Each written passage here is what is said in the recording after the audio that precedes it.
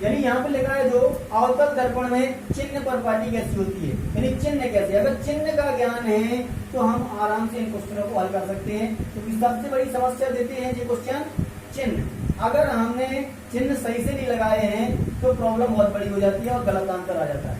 तो सबसे पहले देखें, यहाँ पे आपने मैथ में देखा होगा इस प्लस की इस तरफ जो होते हैं, इस तरफ की वैल्यू प्लस वाली होती है और इस तरफ की माइनस वाली।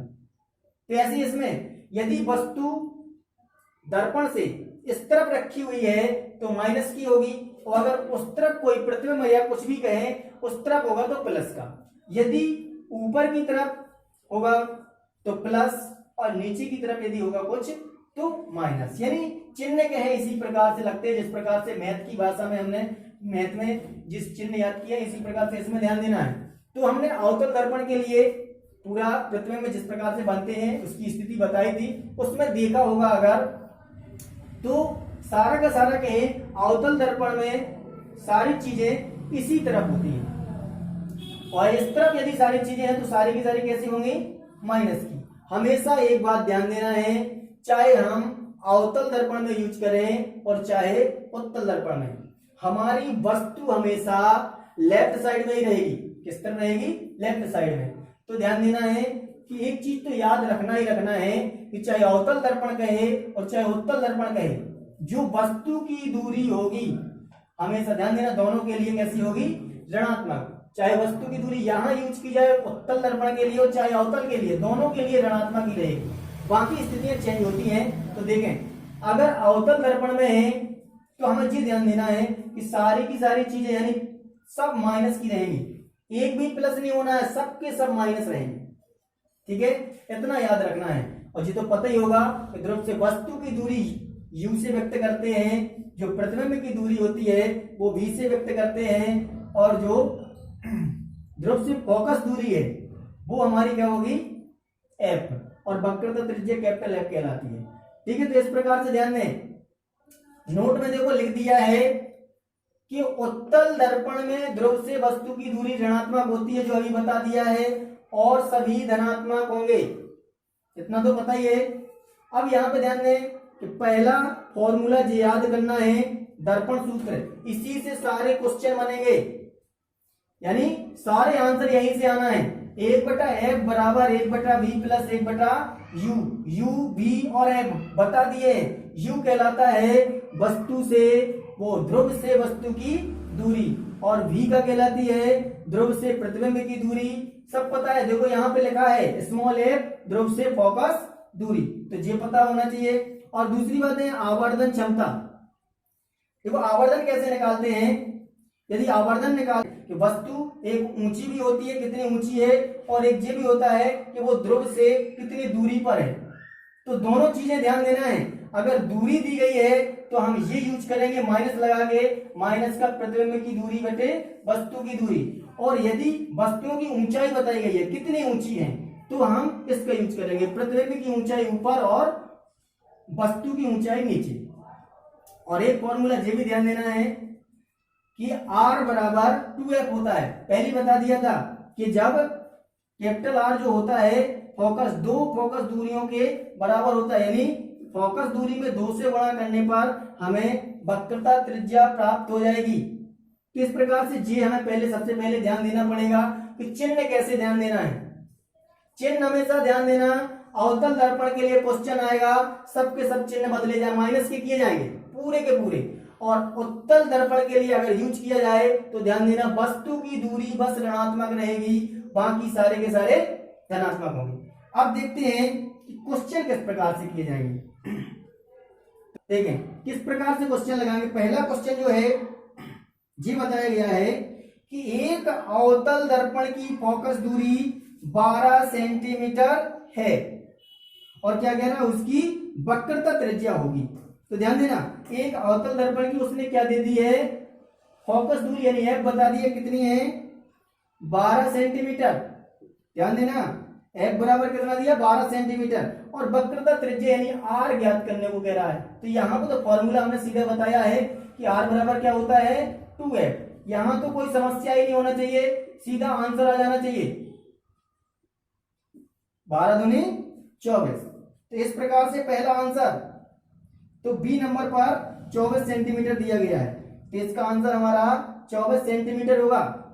ठीक है दोस्तों, अगला क्वेश्चन देखें। इसका जस्ट उल्टा उसने कह दिया है कि वक्रता त्रिज्या कितनी दी गई, 40 सेंटीमीटर, और वो कह रहा है इसकी फोकस दूरी कितनी होगी, यानी एफ निकाल के बताना है, स्मॉल एफ निकाल के बताना है। तो वही फॉर्मूला है ये, तो कैपिटल आर बराबर 2f होता है, कैपिटल आर उसने दे दिया है, 2 से जे डिवाइड कर देंगे, कितना आ जाएगा 20 सेंटीमीटर। इसका आंसर कौन से नंबर का होगा, सी नंबर पे दिया गया है 20 सेंटीमीटर, तो इसका आंसर क्या होगा 20 सेंटीमीटर। आपकी स्क्रीन पर दिख रहा होगा अगला क्वेश्चन, तो उसको पहले पढ़ें। तो देखो क्वेश्चन में लिखा है एक गोलीय दर्पण से 5 सेंटीमीटर की दूरी पर रखी एक वस्तु का बिंब, ध्यान देना वस्तु और बिंब एक ही बात है, कहीं भी अगर तुम्हें आपको यदि बिंब मिल जाए तो बिंब का मतलब ही होता है वस्तु है, और प्रतिबिंब जो है उसकी इमेज कहलाती है। तो इसमें कह रहा है एक गोलीय दर्पण से 5 सेंटीमीटर की दूरी पर रखी एक वस्तु, कितनी दूरी पर है 5 सेंटीमीटर की दूरी पर एक वस्तु रखी, एक वस्तु का प्रतिबिंब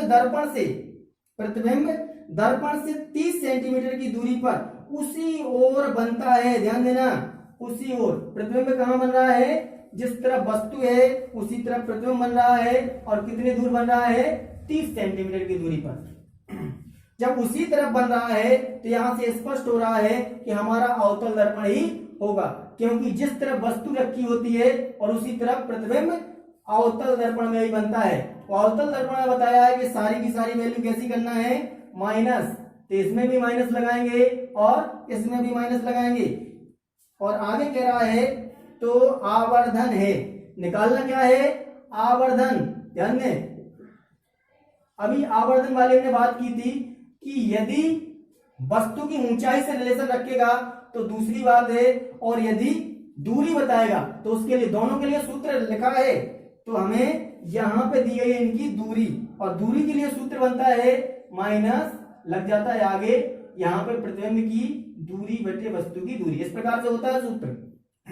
तो माइनस तो यहां लगेगा, और यहां पे v का मान कितना होगा माइनस का 30, और u का मान माइनस का 5।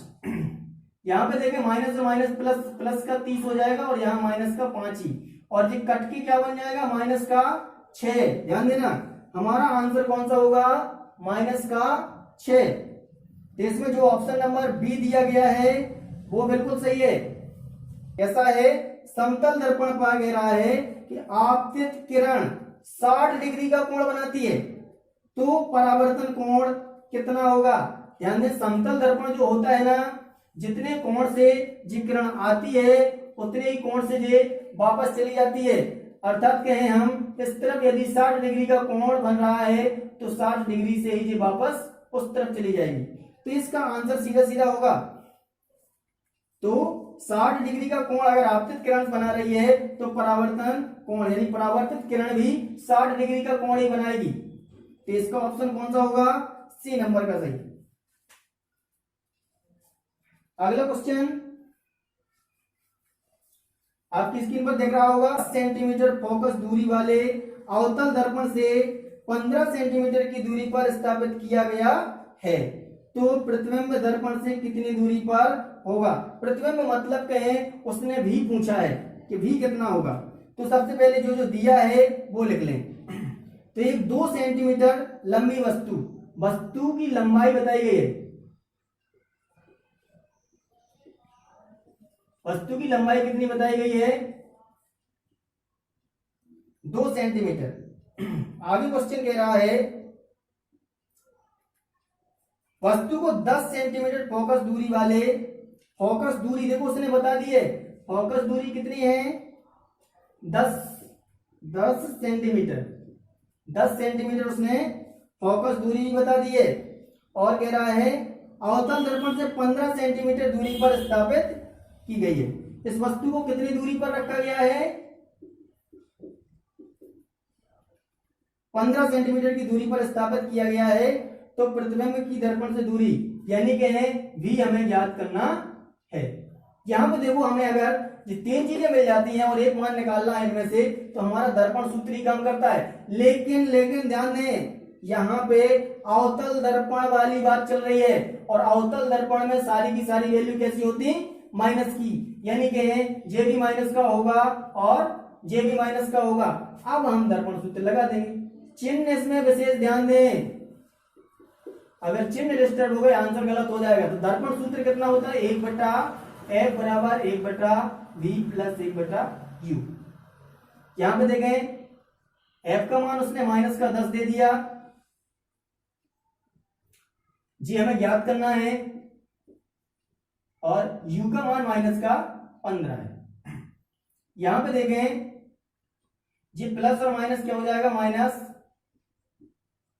और जी पक्षांतर इस तरफ होगा तो प्लस का बन जाएगा, और जी माइनस का 10 ज्यों का त्यों है। इसका एलसीएम ले लें तो इसका एलसीएम कितना आएगा, 30,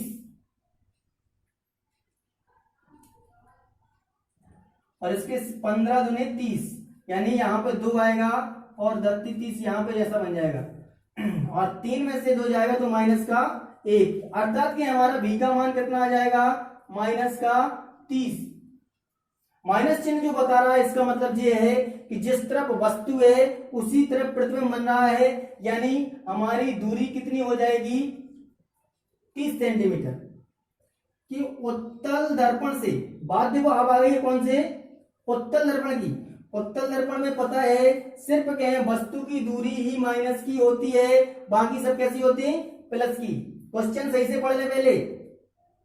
तो उत्तल दर्पण से 40 सेंटीमीटर दूर, कितनी दूर है, 40 सेंटीमीटर दूर रखी वस्तु, यानी u बता दिया गया है कितना है, 40 सेंटीमीटर, और बता दिया है कि चाहे अवतल हो चाहे उत्तल हो वस्तु की दूरी तो माइनस की रहना है। तो 40 सेंटीमीटर दूर रखी वस्तु का प्रतिबिंब कहां बन रहा है, 10 सेंटीमीटर दूरी पर, यानी प्रतिबिंब बन रहा है कहां, 10 सेंटीमीटर दूरी। ध्यान देना जो उत्तल दर्पण होता है उसका प्रतिबिंब इस तरफ बनता है, तो इस तरफ की वैल्यू कैसी, प्लस की, इसलिए भी हमारा कैसा होगा, प्लस का होगा। तो कह रहा उत्तल दर्पण की फोकस दूरी ज्ञात कीजिए, यानी इसमें एफ हमें निकालना है। तो वही दर्पण सूत्र 1/f बराबर होता है 1/v प्लस 1/u। इसमें रखेंगे मान और f का मान निकाल देंगे, जो 10 है और यहाँ पे माइनस का है, जो माइनस यहाँ पे पहुंच के जो माइनस कर देगा इसको,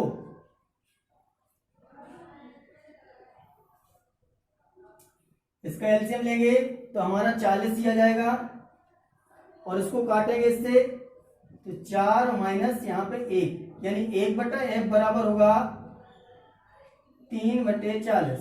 तो f बराबर हमारा आ जाएगा 40/3, इसको काटें 3 से तो हमारा आंसर मिल जाएगा। इसको काटेंगे तो हमारा आंसर आ जाएगा 13.3 इतने सेंटीमीटर। देखो यहाँ पे काटोगे 3 एकम 3, 1 10 होगा, 3 त्रिका 9, पॉइंट लगेगा फिर 3 त्रिका, यानी हमारा आंसर जी आ जाएगा 13.3 सेंटीमीटर। इसके द्वारा कह रहा है वस्तु के आकार का 1/5वां मान के बराबर प्रतिबिंब बनता है। यानी अगर हम कह दें कि वस्तु का प्रतिबिंब हमारा x बन रहा है तो हमारा प्रतिबिंब कितना बनेगा, x/5 इतना बनेगा। जी बात कर रहा है वो। यहां पे ध्यान दें जी वाली वैल्यू हमारी माइनस की रहेगी, तो प्रतिबिंब पूछ रहा है कितना होगा, प्रतिबिंब कितना बन रहा है, प्रतिबिंब नहीं पूछ रहा है, इसमें कह रहा है दर्पण से वस्तु की दूरी निकालना है। चलो पहले इस सूत्र में रखें मान,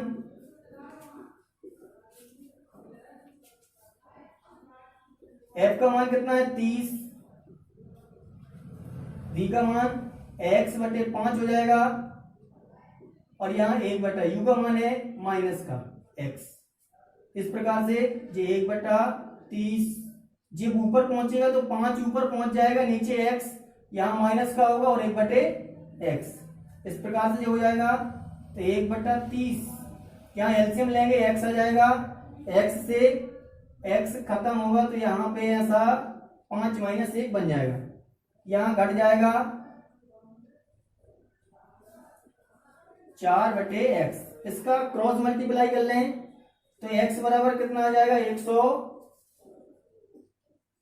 120 सेंटीमीटर। यही पूछ रहा है वो, वस्तु की ही दूरी पूछ रहा है ना, तो वस्तु की दूरी अपनी कितनी आ गई है 120 सेंटीमीटर। ऑप्शन नंबर सी बिल्कुल सही है।